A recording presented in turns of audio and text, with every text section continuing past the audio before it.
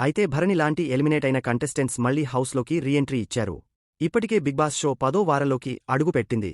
అంటే ఈ reality show దాదాపు తుది దశకు చేరుకున్నట్లే. మరో 5 లేక 6 వారాల్లో ఈ షోకు ఎండ్ కార్డ్ పడనుంది. దీంతో ఈసారి టాప్ కంటెస్టెంట్స్ ఎవరు, టైటిల్ ఎవరు గెలుస్తారన్న దానిపై సోషల్ మీడియాలో ఆసక్తికర చర్చ నడుస్తోంది. బిగ్ బాస్ రివ్యూయర్లు, మాజీ కంటెస్టెంట్స్ కూడా బిగ్ బాస్ విజేతలపై తమ అభిప్రాయాలను పంచుకుంటున్నారు. తాజాగా ఇదే విషయంపై మాజీ కంటెస్టెంట్ దివ్యల మాధురి కూడా రియాక్ట్ అయింది. హౌస్ నుంచి ఎలిమినేట్ అయిన తర్వాత వరుసగా ఇంటర్వ్యూల్లో పాల్గొంటోంది మాధురి. ఈ నేపథ్యంలో ఈ సీజన్లో బిగ్ బాస్ టైటిల్ గెలిచేది ఎవరు అనే ప్రశ్నకు మాధురి ఆసక్తికర సమాధానమిచ్చింది. బిగ్ బాస్ హౌస్లో వారం వారం సమీకరణాలు మారిపోతుంటాయి.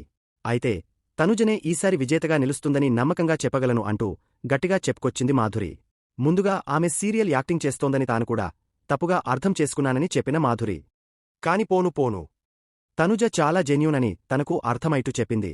తను చాలా బాగా గేమ్ ఆడుతోంది కాబట్టి ఈ సీజన్ విజేత తనుజనే అంటూ తేల్చేసింది మాధురి.